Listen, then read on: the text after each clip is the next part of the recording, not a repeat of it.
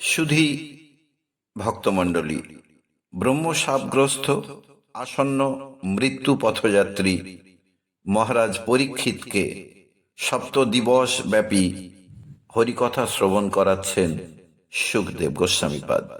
হরিকথার দ্বিতীয় দিনে সুখদেব গোস্বামী বলতে শুরু করলেন, কোনো এক সময় মহামতি বিদুরের প্রশ্ন অনুসারে মৈত্রেয় ঋষি বললেন, হে বিদুর, প্রজা সৃষ্টি করিবার জন্য ব্রহ্মার দ্বারা আদিষ্ট হইয়া কর্দম মুনি 10,000 বছর ব্যাপী সরস্বতী নদীর তীরে তপস্যা করিয়া পরমেশ্বর ভগবানের নিত্য রূপ দর্শন করেছিলেন। তখন তিনি তার পাদপদ্মে প্রণতি জানিয়ে কৃতাঞ্জলি পুটে ভগবানের স্তব করেছিলেন। তারপর ভগবানের উপদেশ অনুসারে কর্দম মুনি স্বয়ম্ভবু মনুর কন্যা দেবহূতিকে বিবাহ করেন।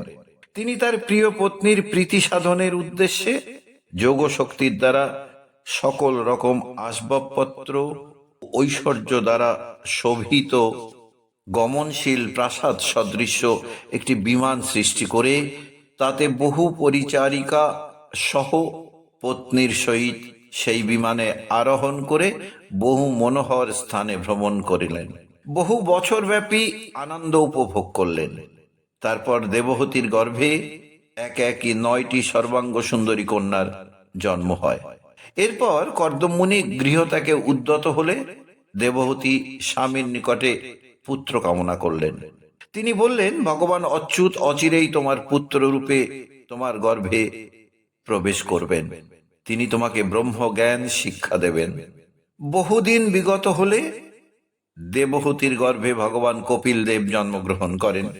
অনন্তর ব্রহ্মার উপদেশ অনুসারে কর্দম ঋষি তার 9 কন্যাকে 9 জন ঋষির হস্তে সমর্পণ করলেন। মরীচিকে কলার সহিত, অত্রিকে অনুসুহার সহিত, অঙ্গিরাকে শ্রদ্ধার সহিত, পুলস্তকে হবির্ভূ, পুলহকে গতি, ক্রুতুকে ক্রিয়া, ভৃগুকে খ্যাতি, বশিষ্ঠকে অরুন্ধতী এবং অথর্বকে শান্তি নামের কন্যা সম্প্রদান করলেন। কপিল দেব তাহার পিতাকে বহু তত্ত্ব উপদেশ দিলেন। কর্দম মুনি তার পুত্র কপিলকে পরিক্রমা করে প্রসন্ন চিত্তে বনে গমন করলেন। তিনি সকল সময় ভগবানকে স্মরণ করতে থাকেন।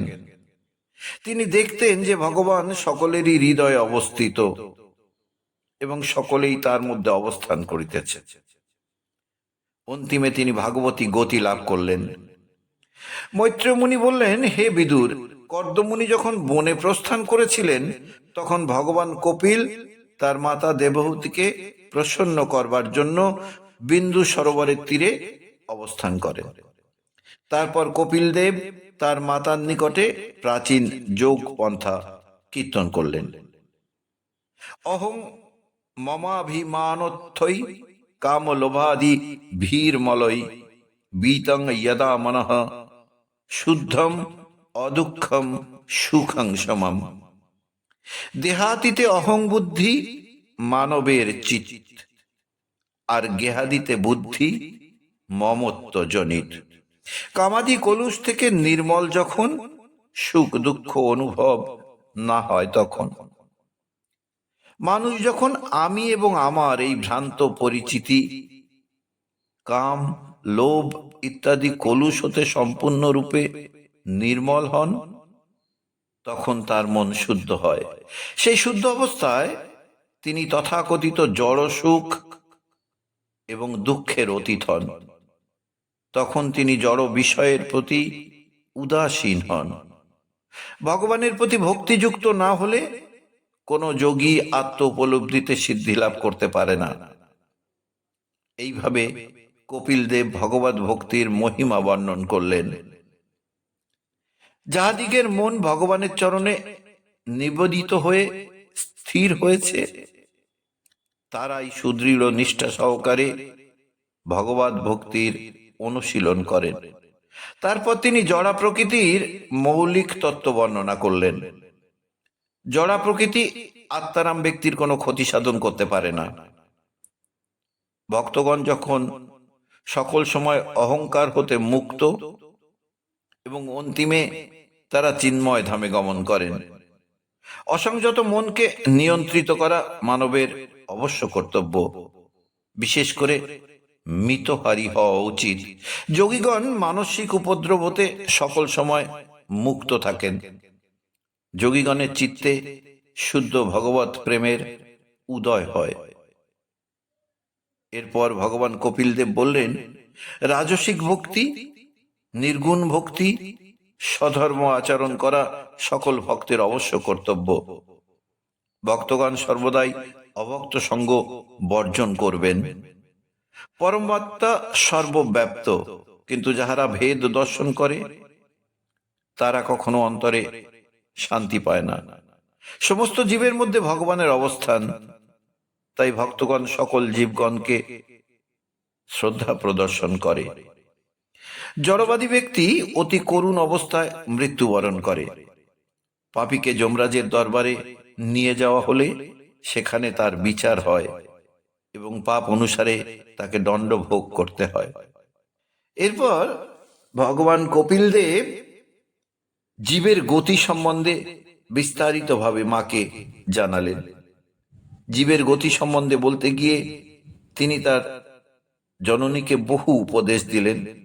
জড় শরীর কেমন করে বিকশিত হয়, মাতৃগর্ভে শিশু যন্ত্রণায় কাতর হয়ে ভগবানের নিকট প্রার্থনা করে, হে ভগবান, এই হতভাগ্য জীব কখন এই গর্ভ কারাগার থেকে মুক্ত হবে, আর যাতে আমাকে বহু মাতার গর্ভে বারবার বাস না করতে হয় তার জন্য আমি চেষ্টা করব। যদিও এইভাবে মাতৃগর্ভে শিশু প্রার্থনা করে, তথাপি যেই মাত্র মাতৃগর্ভ বাস হতে জন্মগ্রহণ করে তখনই তার স্মৃতি বিলুপ্ত হয়। তারপর শিশুটি নানা রকম দুঃখ কষ্ট ভোগ করে তার শৈশব অবস্থা অতিক্রম করে বাল্য অবস্থায় পদার্পণ করে। তখন অপ্রাপ্য বস্তুর বাসনা করে এবং তাহা না পেয়ে সে দুঃখ অনুভব করে। এইভাবে অজ্ঞানবশত সে ক্রুদ্ধ ও দুঃখিত হয়। এই প্রকার অজ্ঞানের ফলে জীব পঞ্চভূতের দ্বারা নির্মিত জড় দেহটিকে তার স্বরূপ বলে মনে করে। বিশেষ ধরনের শরীর হওয়ার ফলে বিষয়শক্ত জীব তার সকাম কর্ম অনুসারে এক দেহ হতে অন্য দেহ, এক লোক হতে অন্য লোকে ভ্রমণ করে। এই রূপে সে সকাম কর্মে লিপ্ত হয়ে নিরন্তর তার ফল ভোগ করে। অহং সর্বেষু ভূতেষু ভূতাত্ম অবস্থিত সদা তম অবজ্ঞায় মাং মর্ত কুরুতে অর্চা বিড়ম্বনম।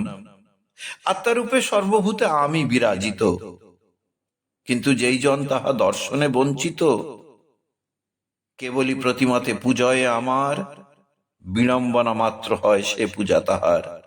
তারপর ভগবান কপিলদেব বললেন, যে ব্যক্তি গৃহবতীর জীবন অবলম্বন করে জড়জাগতিক উন্নতি সাধনের জন্য ধর্ম অনুষ্ঠান করে, তার ফলে সে অর্থনৈতিক উন্নতি সাধন এবং ইন্দ্রিয় তৃপ্তি সাধনের বাসনা চরিতার্থ করে, সে বারবার একইভাবে আচরণ করে আসক্তিহীন অহংকার শূন্য হয়ে নিজের বৃত্তি অনুসারে কর্তব্য কর্ম সম্পাদনের দ্বারা জীব শুদ্ধ চেতনা প্রাপ্ত হয়। তখন সে তার স্বরূপে অধিষ্ঠিত হয় এবং অনায়াসে ভগবত ধামে প্রবেশ করতে পারে।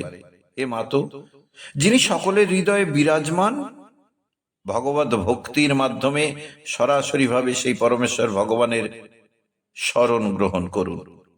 শ্রীকৃষ্ণকে ভক্তি করলে জ্ঞান ও বৈরাগ্য এবং আত্ম উপলব্ধি লাভ হয়।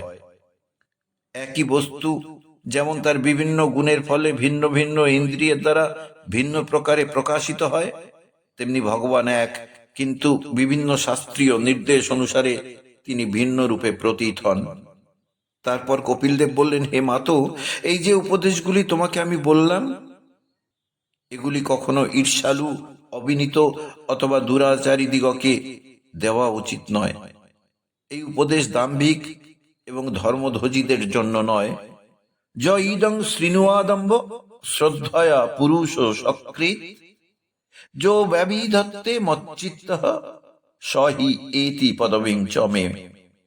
শ্রদ্ধাভরে আমাতেই সমাহিত মন, একবার মাত্র হে মাতো যেই জন এ রহস্য শ্রবণ বা কীর্তন করায়, আমার পরমপদ সে পায় নিশ্চয়। যে শ্রদ্ধাপরায়ণ ভক্ত গুরুদেবের প্রতি শ্রদ্ধাশীল, সকল জীবের প্রতি মৈত্রী ভাব এবং বিশ্বাস ও নিষ্ঠা সহকারে ইষ্টের সেবা করতে উৎসুক, তাকেই কেবল উপদেশ দেওয়া উচিত।